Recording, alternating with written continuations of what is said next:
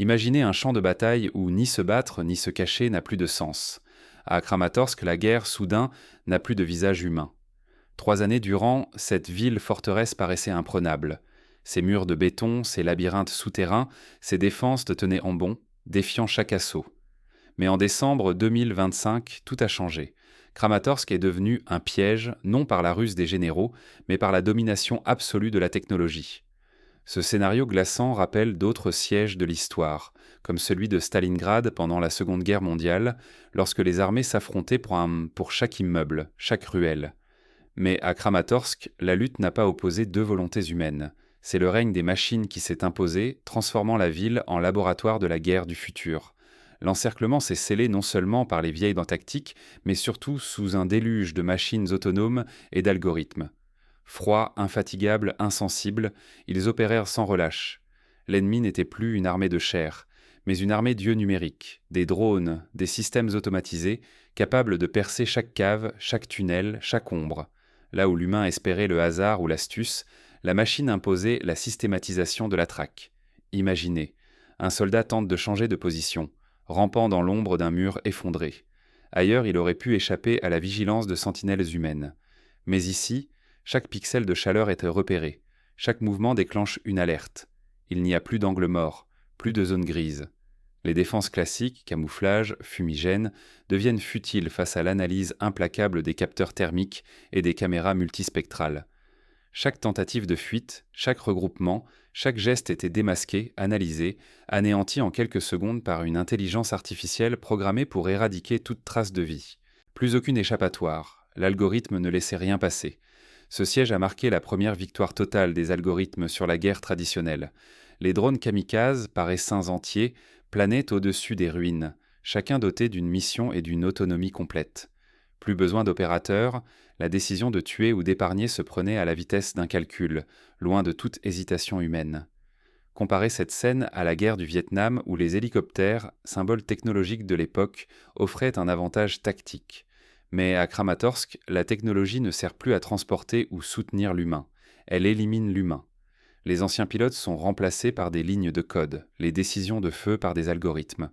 Les brouilleurs étaient inutiles, les signaux radio muets, la technologie avançait en silence implacable. En quelques jours, la forteresse est devenue un piège mortel. Les soldats, privés d'initiative, n'avaient plus qu'à subir, témoins impuissants d'une défaite écrite à l'avance par la froide logique des machines. Ce n'est pas seulement une ville qui a sombré, c'est toute une époque qui s'est effondrée, celle où l'humain croyait encore maîtriser la guerre. Ne pas comprendre ce bouleversement, fermer les yeux devant le triomphe des machines, c'est condamner une génération entière de soldats et de civils à la perte. Argent, vie, souveraineté, tout peut s'effondrer, non par manque de courage, mais par refus de voir la vérité. La guerre du futur n'attend plus. Elle est déjà là, et elle ne ressemble à rien de ce que nous avons connu. Mais comment cette métamorphose s'est-elle opérée, et pourquoi Kramatorsk ? Pour le comprendre, il faut remonter à la veille de l'assaut. Oubliez ce que vous pensiez savoir sur la guerre des tranchées. Kramatorsk, en décembre 2025, a marqué la naissance du champ de bataille du futur. Ici, la géographie n'est plus une alliée. Pendant plus de 3 années, les lignes de béton, les forêts, les talus servaient d'abri aux soldats. Désormais, chaque immeuble, chaque buisson, chaque ruelle est quadrillé, surveillé sans relâche, prêt à se refermer comme un piège fatal. Le tournant n'a pas été un assaut frontal, mais la chute du mont Karachoun. Pour les civils, ce n'était qu'une colline insignifiante. Pour les soldats, c'était l'œil omniscient, le poste d'observation qui décidait de la vie ou de la mort dans l'agglomération. Quand Karachoun étant tombé, l'ennemi a eu une vue sans obstacle sur chaque mouvement, chaque point chaud. L'artillerie moderne a fait le reste, frappant avec une précision implacable. Au fil de l'histoire, l'importance des hauteurs stratégiques a toujours été cruciale. Pensez à la bataille de la colline Hill 225 pendant la guerre de Corée, où la possession d'un simple tertre pouvait changer la donne. Mais ici, la prise du point haut n'a pas seulement permis de dominer le terrain, elle a ouvert la voie à une surveillance et une frappe automatisée, éliminant la moindre initiative ennemie. Dans cette nouvelle ère, la supériorité appartient à ceux qui voient et frappent avant même que l'adversaire ne comprenne. Les drones autonomes remplacent les avions, les réseaux d'algorithmes remplacent les commandants. Ce ne sont plus la bravoure ou la ténacité qui décident du sort d'un bataillon, mais la capacité à pointer et éliminer sans délai. En quelques jours, Toutes les voies de retraite et d'évacuation furent coupées. L'isolement devint total. Impossible d'extraire les blessés, d'envoyer des renforts, même de s'enfuir à pied sous un ciel saturé de capteurs. Chaque tentative d'évasion était immédiatement détectée et anéantie. Même les radios et réseaux étaient réduits au silence, étouffés par la surveillance automatisée. Des images satellites montraient les colonnes de véhicules détruits, bloqués à chaque carrefour, vestiges d'une époque où la mobilité pouvait sauver des vies. Les ambulances, même blindées, tombèrent sous les frappes précises de drones. Les blessés mouraient là où ils étaient, l'évacuation devenant impossible. Le plus effrayant, c'est la disparition du contrôle humain. Les décisions ne se prennent plus dans les états-majors, mais dans des centres de calcul. L'intelligence artificielle analyse, cible et ordonne l'exécution. Les soldats deviennent invisibles, impuissants, traqués par des machines qui ne dorment jamais, qui frappent sans émotion, sans hésitation. Perdre le terrain, c'est offrir à l'ennemi le pouvoir de transformer chaque élément du décor en arme contre vous. Un arbre, une rue, une cave, tout devient suspect. Chaque recoin peut tuer. À Kramatorsk, la résistance humaine s'est effondrée en quelques jours. Ce qui s'est produit là-bas annonce un bouleversement irréversible dans l'art de la guerre. Dans ce ciel, aucun oiseau n'annonce la paix. Chaque ombre qui plane signifie une mort automatique, sans détour, sans pitié. Oubliez les combats d'infanterie, les duels de tireurs d'élite, les assauts héroïques. Ici, tout relève des machines. L'espace aérien est saturé de drones kamikazes autonomes, plus de 150 par kilomètre carré, parfois même 200, qui sillonnent sans relâche les ruines de Kramatorsk. Pour donner un ordre de grandeur, imaginez une ville comme Paris, où sur chaque hectare voleraient des dizaines de drones prêts à frapper la moindre cible détectée. Cette densité de robots tueurs rend tout déplacement suicidaire, tout regroupement impossible. Plus personne n'ose piloter ses essaims depuis le sol. Ils reçoivent leurs ordres, localisent les cibles grâce à une intelligence artificielle nourrie de millions d'images, puis partent en chasse. Leurs algorithmes décodent la chaleur, la forme, le moindre geste. Humains, véhicules, générateurs, tout est immédiatement identifié puis détruit, sans hésitation, sans la moindre intervention humaine. Les brouilleurs, autrefois espoir d'un sursis, sont désormais obsolètes. Ces drones ne s'appuient plus sur les ondes, ils voient. Se cacher sous terre, dans un recoin sombre, au fond d'une cave, aucun abri n'échappe à leur regard froid et infaillible. Le syndrome du ciel ouvert, nouveau terme de la psychologie militaire, décrit ce sentiment d'être traqué 24 heures sur 24. C'est la peur viscérale, permanente, que la mort puisse frapper n'importe où, à chaque instant. Même le silence devient suspect. Il signifie seulement que la machine n'a pas encore choisi sa proie. Face à cette menace omniprésente, l'humain est désarmé. Courage, ruse, expérience du terrain, tout cela s'effondre face à un code qui ne connaît ni doute, ni fatigue, ni remords. Croire encore à la victoire par l'esprit humain, c'est condamner ses propres soldats à une élimination systématique. La guerre a changé de visage. Les soldats de chair cèdent la place aux programmeurs invisibles. Les affrontements dans les rues, les percées d'infanterie, remplacés par des frappes d'artillerie ultra précises, par des bombes guidées qui planent sans bruit au-dessus des quartiers. Plus aucune raison de risquer une vie humaine pour conquérir un immeuble. Un drone repère, une bombe pulvérise, et la ville s'effondre bâtiment après bâtiment. La destruction est mécanique, méthodique, indifférente. Le front n'avance plus au rythme des bottes, mais au tempo des processeurs. Quartier après quartier, la ville disparaît sous les explosions, l'ennemi restant invisible. C'est la fin d'une époque, la fin d'une illusion. Désormais, l'humain n'a plus voix au chapitre. Mais ce bouleversement ne s'arrête pas aux tactiques. Dans les bunkers et les couloirs du pouvoir, cette nouvelle réalité force les stratèges à repenser chaque règle, chaque certitude. Prenons l'exemple de la bataille de Verdun, où la résistance acharnée fut synonyme de sacrifice héroïque. Aujourd'hui, la résistance n'est plus possible. L'ennemi n'attend pas, il calcule, il frappe sans faille. Les vieux récits de fraternité d'armes s'effacent devant la froideur de la logique algorithmique. Sous les ruines, seuls les ordres glacés des algorithmes résonnent, entrecoupés de cris étouffés. Plus de chefs, plus de plans, les machines imposent leur cadence mortelle, étage après étage, cave après cave. Chaque immeuble n'est plus qu'un piège, chaque sous-sol une souricière où nul abri n'est vraiment sûr. Les armes autonomes percent murs et fondations avec une facilité effrayante. Rien ne les freine, ni béton, ni terre, ni obstacle conçu pour protéger. Un geste, une ombre, et le feu automatique s'abat. Les défenseurs sont réduits à des cibles impuissantes, piégées dans leur propre forteresse. En moins d'un mois, le bilan humain explose. 40 000 morts, disparus ou captifs. Derrière chaque nombre, un avenir arraché, une famille anéantie. Acheminer vivres ou soigner les blessés devient folie pure. La logistique s'effondre, les couloirs humanitaires sont balayés par l'impassibilité des réseaux neuronaux. La défense s'étiole, puis cède d'un bloc. Les civils sont enrôlés de force, les dernières ressources s'épuisent sans espoir d'aide. On ressort d'anciennes armes, des fusils d'un autre siècle, face à une technologie sans pitié. Les ordres se contredisent, la cohésion explose, le chaos s'installe partout. Bientôt, le sacrifice de garnisons entières n'achète que quelques heures. L'ennemi n'avance plus à la baïonnette, il broie et dissout toute structure humaine par simple pression algorithmique. La suite est inévitable. L'exode dans la boue, sous les drones, finit en massacre. Les survivants fuient, mais ne rencontrent que la mort ou la captivité. L'armée telle qu'on la connaissait disparaît. Face à cette mécanique froide, la survie devient loterie. Chacun, individu ou nation, joue sa dernière carte. L'argent, la réputation, la souveraineté s'effacent, il ne subsiste que la loi des machines. Kramatorsk n'est plus qu'un symbole, celui d'un monde où l'humain a perdu le contrôle. Pourtant, certains refusent de croire que tout était déjà écrit. L'époque des héros solitaires appartient désormais au passé. Nous sommes entrés dans l'ère des intelligences collectives, où des machines apprennent, anticipent et décident du sort des nations avant même qu'un coup de feu ne soit tiré. La guerre ne récompense plus la bravoure individuelle, mais les cerveaux capables de concevoir et de déployer des outils invisibles, opérant dans l'ombre des laboratoires et des serveurs. Avant même que les soldats ne s'affrontent, la domination technologique a déjà fixé les règles.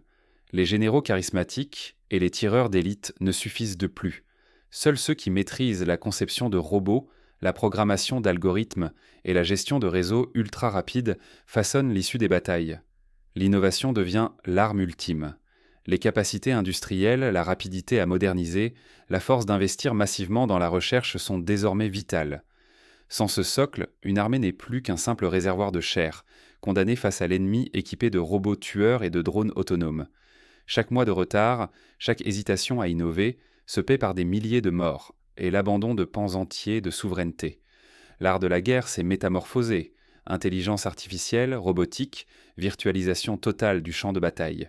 Désormais, ce sont des équipes de programmeurs, d'ingénieurs, de mathématiciens qui forgent la victoire, loin des tranchées, dans le silence des centres de calcul. Le front s'est déplacé dans les câbles, les lignes de code, les architectures invisibles. Prenons l'exemple de pays comme Israël, qui au fil des décennies a misé sur la technologie pour compenser son déficit démographique. Le développement du dôme de fer, des drones de reconnaissance et d'attaque a permis de transformer la nature du combat. Mais même ces innovations semblent dépassées face à la généralisation de l'autonomie totale et de l'intelligence artificielle. Les nations qui ignorent cette révolution technologique courent à la catastrophe. Refuser d'adapter sa défense, c'est condamner ses soldats à l'humiliation, à la défaite, à la ruine. L'urgence est absolue. Investir, former, anticiper. Il faut repenser chaque pilier de la défense nationale, ne rien laisser au hasard, car la moindre faiblesse offrira la victoire à l'adversaire. Quels sont les pas concrets à accomplir ? Premièrement, il est impératif de développer une culture de la veille technologique au sein des états-majors. Les officiers doivent d'être se former en continu, non seulement aux tactiques de classiques, mais aussi aux principes de l'algorithmique, à la cybersécurité, à la gestion de flottes de robots. Cela implique des partenariats avec les universités, les start-up et l'intégration de la recherche civile dans la défense. Deuxièmement, il faut investir massivement dans la production de drones, de capteurs et dans la formation d'ingénieurs militaires. Les budgets de défense doivent être réorientés non vers le nombre de chars ou d'avions, mais vers l'innovation logicielle et les plateformes adaptables. Troisièmement, il est crucial de développer une éthique de la guerre algorithmique. Car si la machine décide de la vie ou de la mort, qui porte la responsabilité ? Les juristes, les philosophes, les commandants doivent anticiper les dérives et mettre en place des garde-fous, sous peine de voir naître des conflits sans retour possible. Dans ce nouveau monde, l'aveuglement est synonyme de disparition. Celui qui s'endort, qui refuse de voir le danger, prépare déjà la chute de sa nation. Désormais, le sort de la guerre se joue dans les entrailles de l'intelligence artificielle, dans le flux des données, bien plus que sur les champs de bataille visibles. La victoire n'est plus une question de courage ou de force brute, mais d'innovation, de rapidité, d'adaptation, de vision. Celui qui invente, qui apprend, qui transforme le plus vite ses idées en armes décisives, impose sa loi. La guerre du futur ne récompensera que ceux qui auront compris la vitesse de la mutation. Décembre 2025. Le Donbass devient le théâtre d'une bascule irréversible. À Kramatorsk, la machine balaye l'humain, scellant le sort de toute une nation. La guerre du Donbass s'est achevée. Mais à l'instant même où les armes se sont tues, une autre guerre a commencé. Celle-ci ne se jouera plus dans la boue des tranchées, mais dans les méandres de nos esprits, là où se forgent la compréhension et l'anticipation. La chute de Kramatorsk en décembre 2025 marque bien plus que la fin d'une bataille, elle scelle la mort d'une époque où l'humain pouvait influer sur son destin guerrier. Désormais, des intelligences artificielles, des machines autonomes et des algorithmes implacables dictent la loi, supprimant toute illusion d'équité ou de résistance. L'homme n'est plus qu'une variable négligeable, une cible désignée à éliminer, dépassée par la froideur méthodique des circuits. Ce bouleversement n'a rien d'un cauchemar de science-fiction. Les forces ukrainiennes, encerclées, sans espoir de fuite, n'ont pas été écrasées par la masse, mais par la précision chirurgicale et le silence impitoyable des réseaux de neurones. Chaque tentative de mouvement, chaque initiative humaine était déjà anticipée, contrée, anéantie avant même d'exister. Face à ce choc, il faut ouvrir les yeux. Penser la guerre comme hier, c'est déjà avoir perdu. Croire que le courage, la ruse ou la maîtrise du terrain suffiront, c'est ignorer l'ampleur de la révolution en cours. Désormais, la suprématie se compte en ligne de code, en vitesse d'innovation, en capacité à s'adapter plus vite que l'adversaire. Ce constat est partagé par de nombreux experts militaires occidentaux. Par exemple, l'ancien général de l'OTAN, James Stavridis, a récemment déclaré que la prochaine guerre mondiale ne sera pas décidée par le nombre de chars, mais par la qualité des algorithmes. Seule une lucidité implacable permettra de survivre à la tempête qui vient. Chaque nation, chaque citoyen doit comprendre que l'avenir se joue maintenant, dans notre volonté de comprendre et de nous adapter, non dans la nostalgie ni la résignation. Parier sur le passé, c'est miser sa vie, son argent, sa souveraineté sur une illusion dangereuse. Rien n'est écrit d'avance, mais tout dépendra de notre intelligence et de notre sang-froid. La véritable ligne de front, demain, sera mentale, technologique, invisible. L'histoire ne pardonnera pas ceux qui détournent le regard. Mais alors, quelles sont les leçons à tirer pour l'avenir? Quelle stratégie une société moderne peut-elle adopter pour ne pas répéter les erreurs de la chute de Kramatorsk? La première étape est la prise de conscience collective. Les débats publics doivent inclure les enjeux de la guerre algorithmique. Les médias, les écoles, les universités doivent sensibiliser la population aux dangers et aux opportunités de cette révolution. Il ne s'agit plus seulement de former des soldats, mais d'éduquer des citoyens capables de comprendre et de surveiller l'usage de la technologie militaire. Ensuite, chaque nation doit élaborer des scénarios prospectifs, tester ses systèmes de défense contre des attaques algorithmiques simulées et revoir régulièrement sa doctrine militaire. Les exercices militaires doivent intégrer des simulations d'attaques de drones autonomes, d'infiltration de réseaux, de sabotage cybernétique. Enfin, il faut bâtir des alliances autour de la régulation internationale de l'armement autonome. Comme après la Première Guerre mondiale, qui a vu naître la Société des Nations et les premières conventions de Genève, il devient urgent d'imaginer de nouveaux traités pour limiter l'emballement des machines tueuses et préserver une part d'humanité dans le conflit. En somme, la chute de Kramatorsk n'est pas seulement un avertissement pour les militaires, mais pour chaque citoyen, chaque décideur, chaque ingénieur. L'avenir appartient à ceux qui refuseront la passivité. Il s'écrit aujourd'hui dans nos choix collectifs, notre vigilance et notre capacité à rester humains, même face à la tentation du tout algorithmique. La question reste donc ouverte. Serons-nous les témoins impuissants d'une ère dominée par des machines sans âme ou les acteurs lucides d'une adaptation salvatrice? L'histoire, cette fois, n'attendra pas que nous soyons prêts.